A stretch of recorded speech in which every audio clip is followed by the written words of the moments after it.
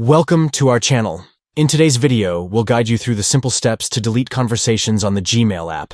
If you're looking to tidy up your chats and keep things organized, you've come to the right place. Let's dive in. First, you'll want to open the Gmail app on your mobile device. Make sure you're logged into your account. It's as easy as tapping the app icon on your screen and entering your credentials if prompted. Once you're in, look for the chat icon located at the bottom of the screen. It looks like a speech bubble. Go ahead and tap on that icon to access your conversations. This is where all your chat threads are stored. And now you can start managing them.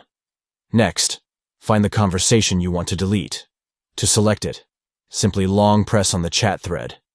You'll know it's selected when you see a checkmark appear next to it.